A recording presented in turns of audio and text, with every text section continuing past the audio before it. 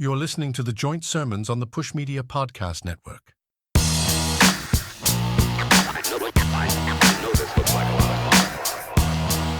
My name is Dan Schenectady, and I'm here with Stephen Richin. Stephen, how are you doing today? Oh, I'm doing great. It's Exactly. from my hot yoga class. It was great. It smelled like it goes onions good with and stress. You know what? Yeah. I can't. You know what goes good with hot yoga? Cocoa.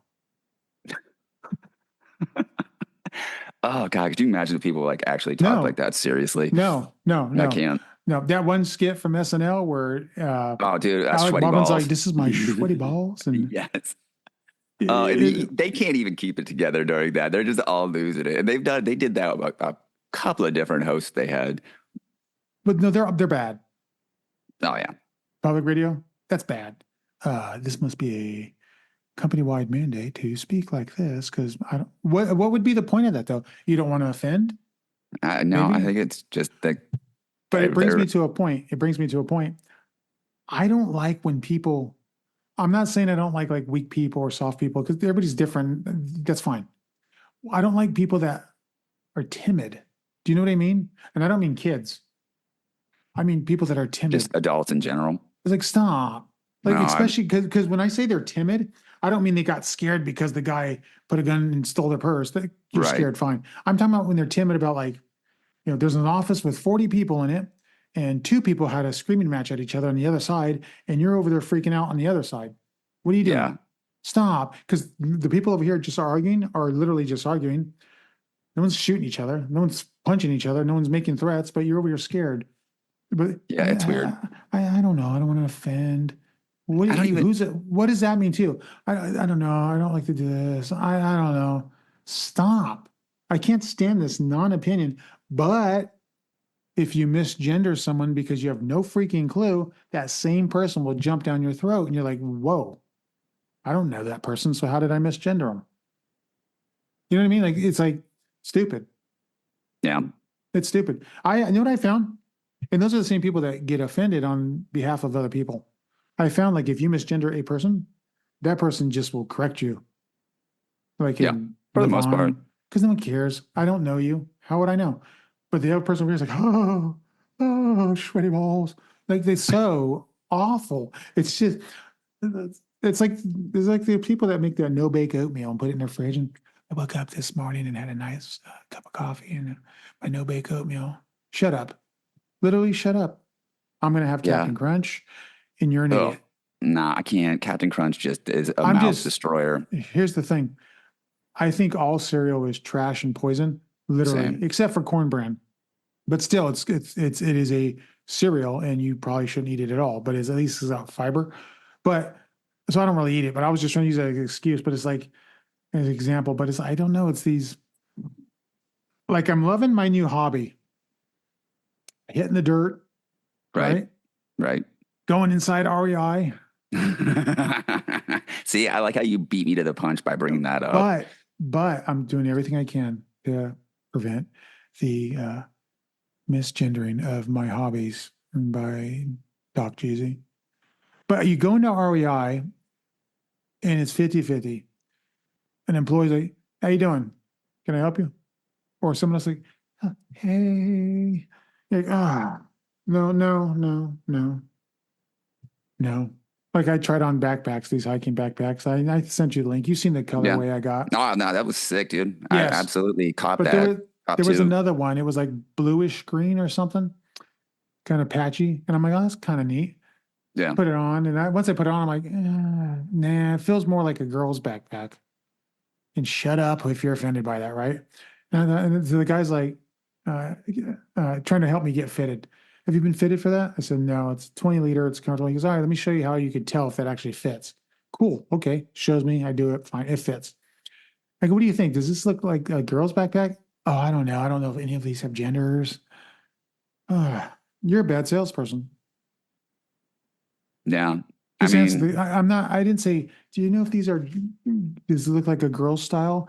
By the way, aren't girls awful and stupid and less than us? I didn't say that. I said, does this look like a girl's style? Because I mean, people, there are girl styles and there are men's styles, and then are just flat out that's a black backpack that is unisex. right? Just help me out here. Yeah, I It's mean, it is dumb. I think that like it's on my back. I can't see it. yeah, that dude took liberties with like, oh, I don't know. It's like just answer the question and be good with it. You're not, like you said, you're not saying, oh, look how terrible women are. I'd never have a backpack for a woman. Like, look, But I'll be honest with you. I have a backpack problem, and if there's a woman's quote unquote woman's backpack that is dope, I'm buying it, and I really don't care because one, I can pull it off, and two, maybe they don't make that color for well, men or whatever. you should see my hiking socks. I don't Oh, yeah. care. I don't doubt that you have hiking socks. You are No. one carabiner and a Subaru away, Yes. bud. I got the, what do they call it? The micro crew, and I got crew length, one for boots and one for, the trail shoes. But Sock my check point is full. they're called darn tough hiking socks with a lifetime guarantee. If there's ever a hole, even 25 years from now, they will replace that. If you lose one sock, they will give you a coupon for half off a new pair. And everyone swore by them, and they're $25 a piece. And I come home and I put them on, and I'm like, oh, okay. A little too real for you. Yeah, where I'm like, hold on, that's obnoxious. These are nicer. These are nicer than what's reasonably right for me to anticipate and expect from these things. I need the battery And for $25. I seen a review that said I bought one of these simply for going on hikes when I go, because I hike for 10, 15 miles. Okay. Sure. And within 30 days, I threw every pair of socks out I had and bought a bunch of them and spent $400 in socks. And I thought that was funny. And now I'm like, yeah, now I you know. get it. I see what's going on. By next spring, I'm going to have like 15 pairs of these, and you're not going to be able to find any other socks for me. Yeah, I mean, and if they're quality product and they work, like if you have the means to afford them, by all means do it. You know what I mean? But the thing like, is, they're comfortable. Like they're legit comfortable. And I don't care if you buy them just because you even like the looks, but I'm actually legit using them. Like I go out, Yeah. you know me, I go on my hikes and my walks forever. For sure. And you get the lightweight ones that are for your sneakers and running around. And they come in their wacky colors and all that. And, sure. It was funny because that same guy who was doing that, when I was looking, I was thinking of him, because on the socks, they'll say men's or they'll say women's or they'll say unisex. And if you flip it over, it'll be like, cut to a woman's foot, and then it explains why that may be different. Right. Yeah, okay. I don't doubt that there is a difference in how a man's foot lands versus a woman's or whatever. Again, I'm sure it's not a perfect thing, but I don't doubt it. Right. But I also thought that's probably more true than it is not. And here we have a unisex pair of socks, because some people are going to be offended. But one of these pairs of socks. If you're offended at socks, you're probably going to have a really rough time with life in general. Well, that's these timid people. I don't like it. What are these timid people going to do? Like all these we talked about last couple times, these old school hip hop artists coming out. Like you got LL coming out next Friday, right? No, I haven't heard the album. I've heard just the songs he released. Yeah. They're hard. He's not playing. He's aggressive. And again, when you're rolling out an album, the singles coming out are going to be more radio friendly, more public friendly. They're not going to be the hardcore aggressive, because that dude can brag. He can brag. Oh yeah. And he'll brag and put your mom down and move on. He can brag and tell you, I'm better than you in all aspects of life. Yep. Suck it up. And you're just like, okay, yeah, that's true. But are these timid people able to listen to hip hop? Like our type of hip hop that we like from the 90s? Are they able to listen to these artists? Or do they have to do that? I mean, I or think, Drake. Oh, yeah, well. Yeah, I don't know. I mean, there are some kids that I work with that generally, I mean, not all of these Gen Z kids are all timid and like, I don't think they are neither. I just doom pilled or whatever. I mean, and there are, God. I work with some kids that are just absolutely off the chain with some of the things that they'll say. And I'm just like, dude, like, while that's hilarious, you still are at work. Like, while I appreciate your commentary, like, slow down a little bit, or like know your audience. Yeah, and I know that because I've got that talk a couple of times. Like, hey, let's not say that, and I'm like, fair enough. Well, my thing, because of the radio days, I used to say it as like, not on the radio, but I used to say it like in jobs that were not radio. Oh, well, I'm here for the shock value. I can't control it. A couple of reasons. I was on the radio, so we just thought we could say whatever we want. It was funny, and you could back then. And I'm Mexican. I'm going to say what I want to say right to your eyeballs. I don't care. I'm not going to try to be rude or mean or disrespectful, but you asked an opinion now, and here it is. Yeah.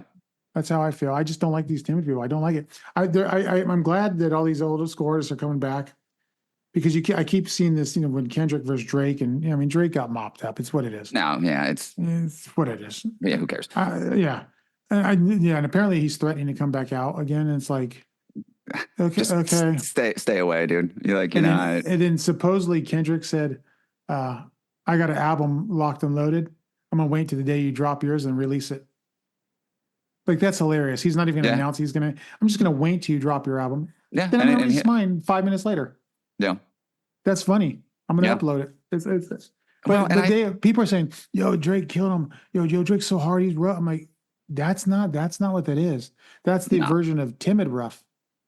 Well, I mean, he was like a Nickelodeon star in Canada. Like, so I think that pretty much ends the discussion right there. And I'm not saying. So what are you saying about Ice Cube then? Well, I know he's one of my favorite targets. Yeah, I mean, I think at least with the way he started out, I mean, even with Ice Cube, at some point in time, you grow up and do whatever, and I guess make movies and start a basketball league or whatever. With no balls. To me, yeah, with a basketball league with no balls. How do you not sell the balls with your bold league strategy, logo? Cotton? Yeah, I don't know. Anyway, but I just feel like, I hope this new LO album gets. I know my son's waiting for it. I know a bunch of people that are waiting for it, me included. My son's a walking librarian, though, of 80s and 90s hip hop, which is great. No, you don't understand. Like, he'll start saying stuff, and I'm like, ooh. Like, he'll hear a Run DMC song, and Run DMC is famous for having different takes and different versions. Version 1, version 2, before they were coming out and trying out songs, and this verse is now on this song and blended with this one and this verse, and he recognized that. Oh yeah, do you know why this is called the extended cut? Because over here, boom, there's a drum roll in the beginning. I'm like, dude, like, he's only going to be student of the game. You love to see it, man. Yes, like, he's only going to be 10. To do that. But he catches it. Yeah, like when he first heard Run DMC be sampled on a Beastie Boy song on License to Ill. He heard he goes, wait, hold on, that was Run DMC. I said, oh yeah, they were on the album. I said, no, it's called a sample. I explained what that is. This is like last year or summer. Yeah, what is it? Now the kid's over here trying to make beats. Yeah, well, he's got the bug. He's got the bug. Yeah. Well, I mean, you figure, like, if you look, I know if I go back and look at where I like really got the bug for hip hop, I was probably maybe a little bit younger than him, and it just never stopped. You know what I mean? And like the fact that he is that deep diving into it, like, that's great. Get that kid an NPC or something. I was 5, and this family on our street, 2 doors down, they had teenagers as a son. They were cool to me. They were like nice to me, and I think the sister used to babysit me. But they would go to New York every summer with their family, and they could meet their cousins a lot and come back with tapes. And I would hear this music, and that's where I started hearing it. And I just got addicted. Yeah. I mean, I was too young to care. I was 5. I'm not trying to act like I was some, aficionado, but that's where it started. I started to hear it from, and I'm like, and it wasn't albums. It was literally just the park tapes and the party tapes. Yeah. I know it's weird, and I don't know any of this to be true. But they were coming back with those tapes. That's how old I am. Coming back with those tapes at such a young age. I wonder if I ever got to hear tapes, or because they used to make me copies too, and I wish I had them. Yeah. Or is Herc on any of them? I mean, I would assume so. Like, wouldn't it be I could kill myself for not having those? No, I mean, you figure if it was early 80s, and I mean, I would wager to bet that 79 was 5 years old. Okay. Well, then if that's the case, then yeah, absolutely. Because I mean, he had to be on 1 or 2, right? Oh, easily. Because it was 77. Yeah. It was August 11th, 77 was when Kool Herc threw his back to school jam that basically set it all off. So I'm sure. I mean, if it's not Herc, it's probably Flash or Theodore, any of them. Yeah, any of them. Yeah. And that's wild. And I don't remember any of the names that I heard because I was so little. Even I knew these kids because they also had younger siblings. Sure. Up through being a teenager, like we were hanging out and getting these tapes, but I remember too, they brought one back, and I was so excited. I was like, oh, I was so in love with that.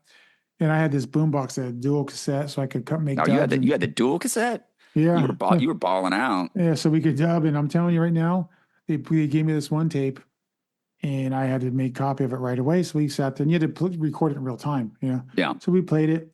Then that night I was playing it, and that was my dad goes, "Oh, I like that one." He didn't really like most of them, but he's like, Yeah. "I like that one." And I said, "Yeah, I'd like it too." He goes, "Who is it?" And I said, "I don't know." So, you know, the next day, I go and ask my friends, "Who was that on that new tape?" "Oh, that's someone named Run DMC." Yeah, that's crazy. I'm just like, "Oh, okay." So I tell them, "Well, it's somebody named Run DMC." I didn't Wow. know. I didn't know if it was 15 people, two guys, one person. Yeah, and I mean, I'm sure Furious Five is on on those tapes too. Like, I'm sure like all those OG groups were there. Yeah, Treacherous 3. I remember that Treacherous Yeah. 3. But it was crazy. And then what happened is mid 80s, you know, my family in LA, I started hearing these tapes from LA. Yeah, swap meet tapes. Dude. Nothing but Roger and Zapp on every single swap Roger meet. and Zapp, but the Rodney and Joe Cooley, the early DJ Quick Red tapes. There was the Swap Me tapes by Dre, but Dre was not Dre, of course. It was just the Right. Swap Me tapes. And by Sure. the way, Cube would rap on those. He'd be Yeah. rapping on the beginning of those. And I actually have one of those the Rhodium Swap Meet tapes left. I have actually one Wow. where Cube bust like a verse, and I'm like, oh, that's kind of dope. I mean, And that had to be way before NWA. That had to be like world class wrecking crew days, right? that was when Cube was in CIA and all that, and Dre was Okay. World Class Right. Wrecking Crew Right. and all. Yeah, but my point of going to this is these kids don't like the old school hip hop, and we do, and they're back. Well, they never Yeah. really left, and we're still listening to them. And now my son's listening to them.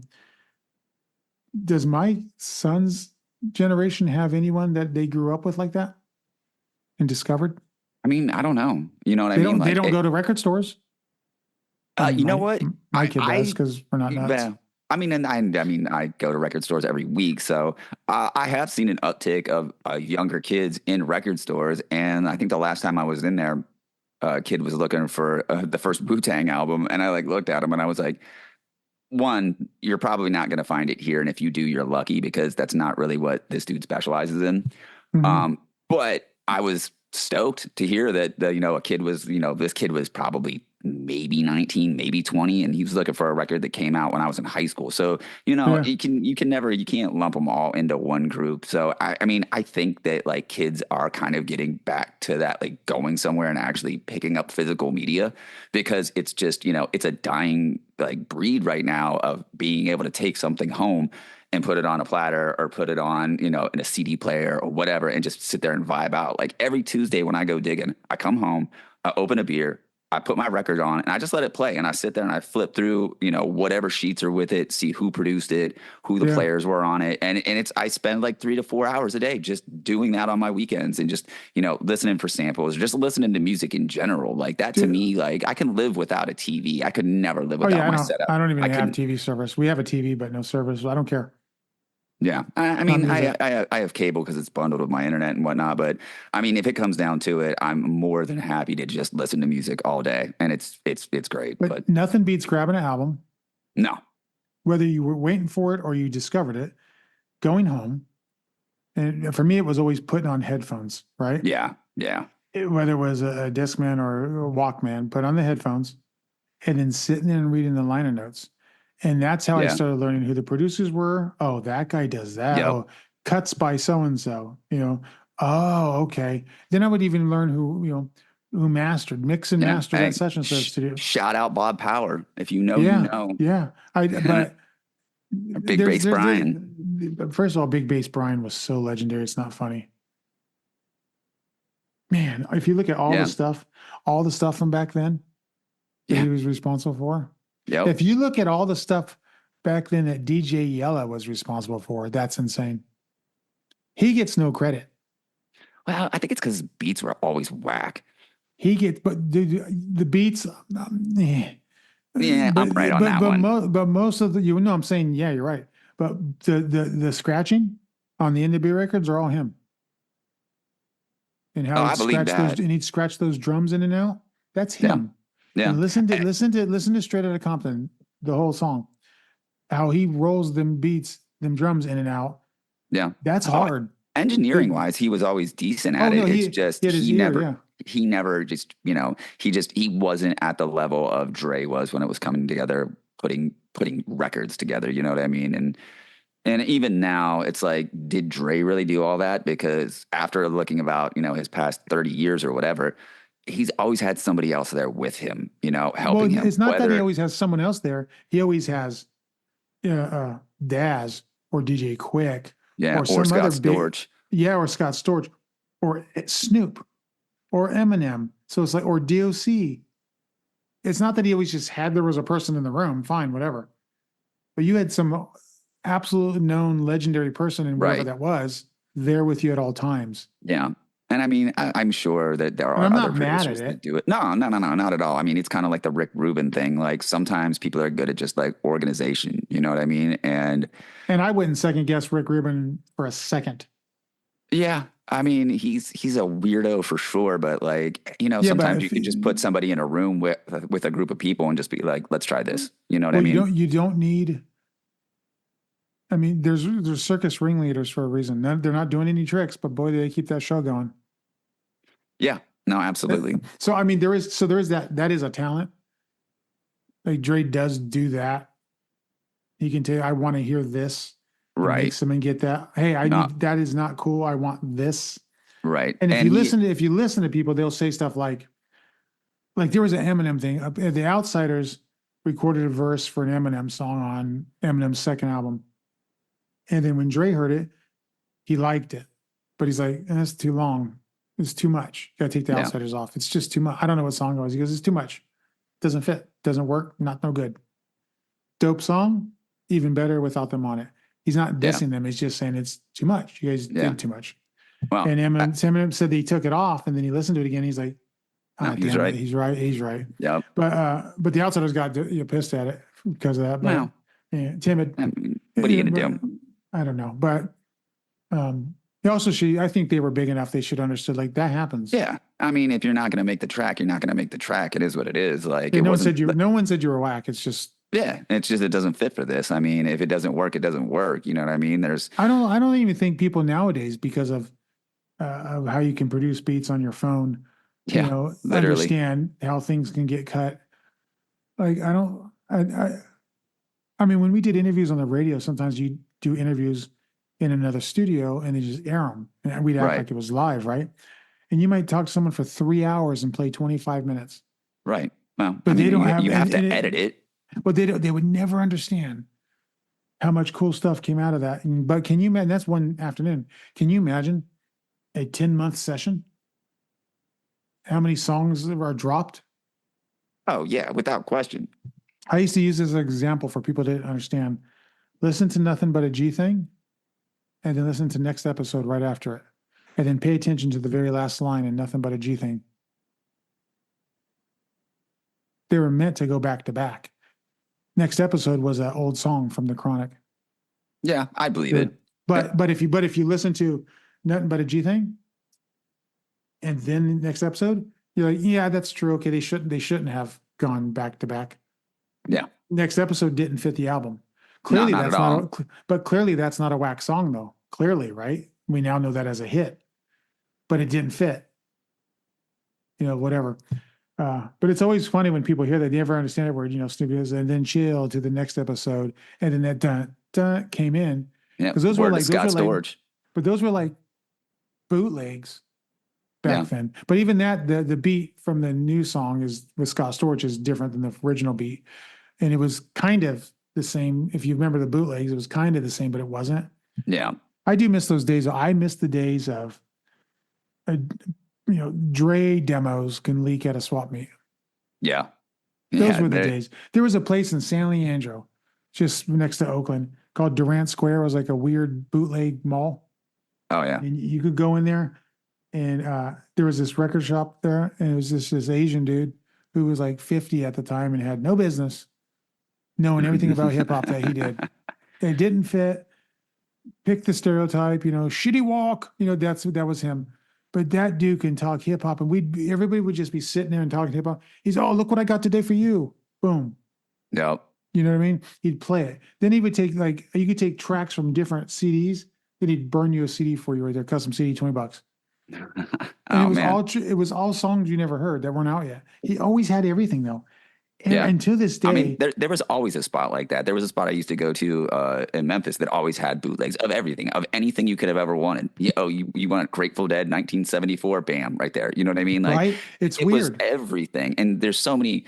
I can't even tell you how many like early 3-6 Mafia like tapes that I had, like When the Smoke Clears and Third World Super Tight, and like all those like OG Memphis records from like 94, 95, 96. Like it just blew my mind, and I was just like, oh, this is a thing. You know what I mean? And I used to, and especially if you could get imports of something, oh man, you were paying $30 Yeah. a crack for a CD in the 90s, and I was just like, oh, okay, yeah, give it to me. I need to hear this. The imports, that was Tower Records was the bomb for that. I used to love that. But speaking of Tennessee, Juicy J, Yes. his new album, that sounds like old Memphis. Yeah. I I mean, mean, if you it get on to me, it Apple sounds like Al Music, Green style of Memphis. You know what I yeah, mean? Like yeah, but it if you has get that on real there, smoky, soulful sound. he didn't even categorize it when he uploaded it as hip hop. He categorized it as jazz. And if you go there looking for a jazz record, you don't hear one. Right. Now, No, skip it, schwab de boop shit, you don't hear it. oh But it's even less jazz than Jazzmatazz. But it's yeah. still jazz. It's hip hop jazz. He Yeah. might be on. He might be on to something, and I think it's different for him than Yeah. what people expect from him. But it sounds, honestly, I'm not joking. It sounds deeply personal, like the song where he talks about the people, members of 3-6 Mafia that died. Oh, Like that died. Yeah. it's Yeah. it's it sounds personal to him.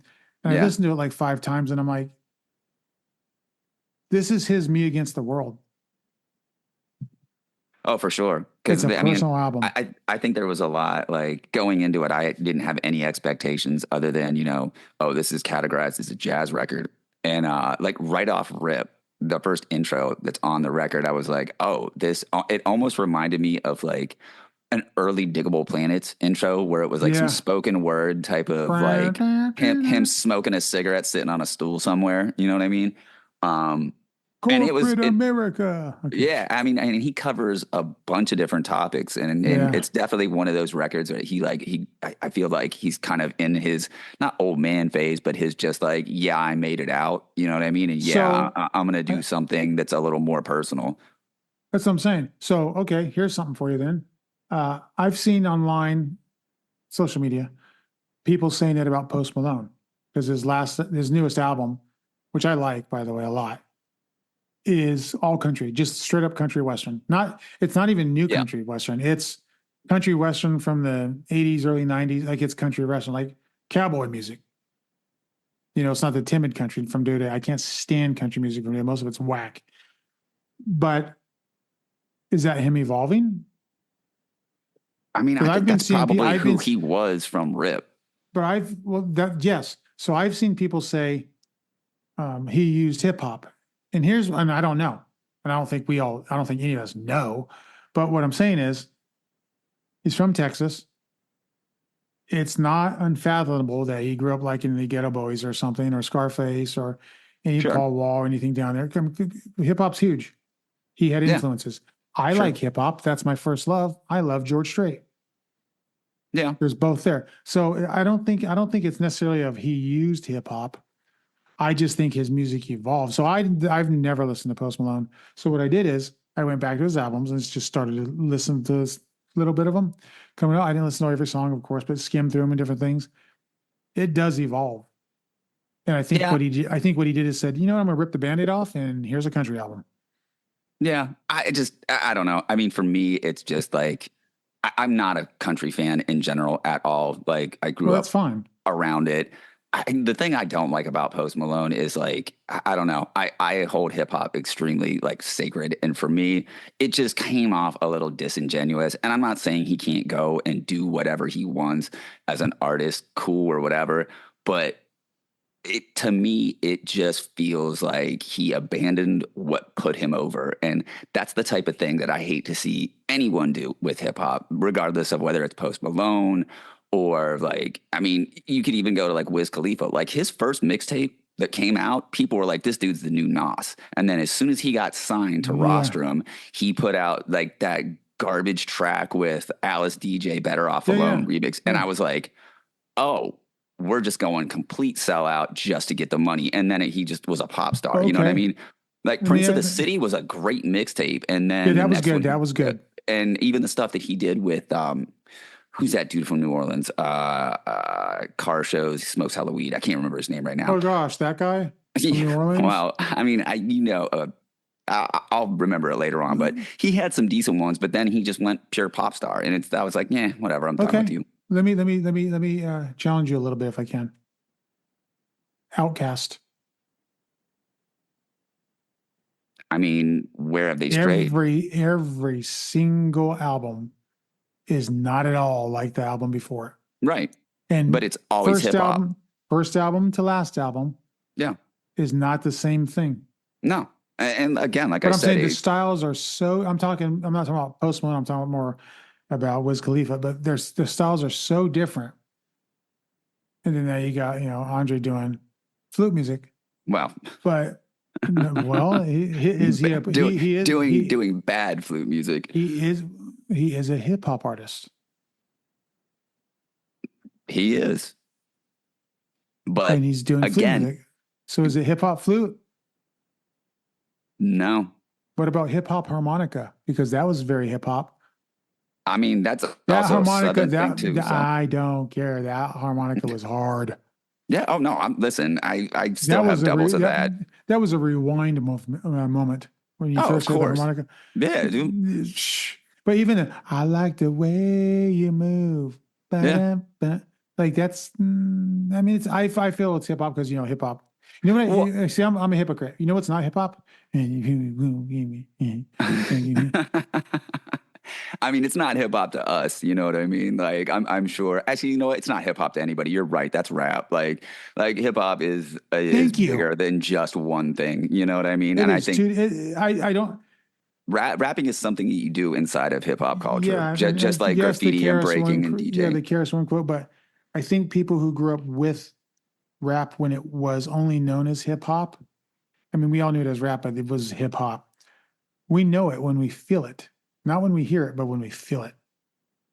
That's the whole thing. Like even just sharing an album is hip hop. That's the culture of hip hop. Listen to this. Push it out. Absolutely. That's what I don't like. That's why when you get these guys who were, gangster rappers in the late 80s and early 90s, and they get mad now if someone leaked their song. Grow up, gangster. You know what I mean? I thought now you're just corporate, but that's the culture. If you're still hip hop, like LL, if somehow his album came out today, he'd probably be like, son of a bitch.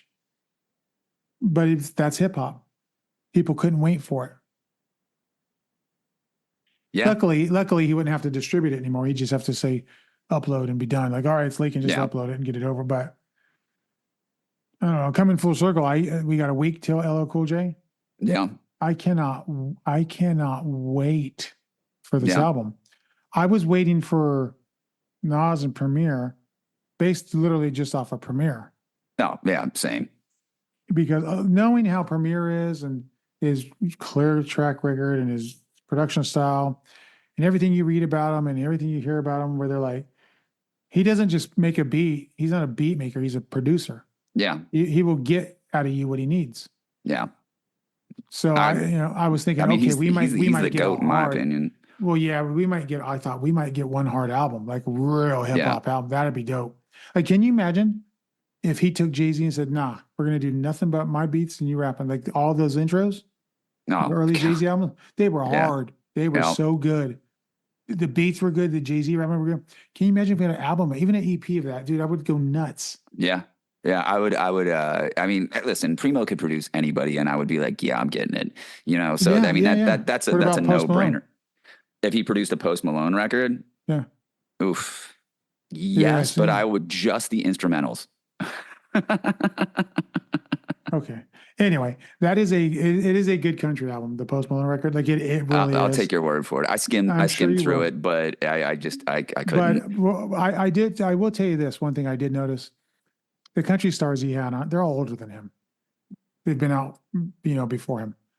and especially as country stars, he makes them sound better because they go towards that more radio friendly pop new wave type of country that's really dumb. Bootlicker country. Yeah, mega. And then he's like, nah, we got a lift kid on a limousine. That's country western. You get what I'm saying? Yeah, no, That's no, I know country what you music. mean. And he's talking about it's I ain't got the heart to hurt yours. That's a country line. And he wrote all Yeah. his songs. That's a country line. Yeah. No, they ain't singing like that anymore. So I'm like, you know what? I felt like listening to it. I felt like, all right, he likes country music. He studied it, and he made a country album. I don't care. I don't have no hate. I don't care if Karis One came out with a pop rock album. If it's dope, fine, cool. You know what I mean? Like, fine. I mean, I'll take your word for it. Like I said, I tried to listen to country. It's something about that twang that it irritates me to no end. And cool. I can't, no. I mean, it is, like I said, I'll take your word for it as far as like the country goes. I'm just not a Post Malone fan. Whatever. To be honest, you have to take my word for it because I'm Mexican and it's racist not to.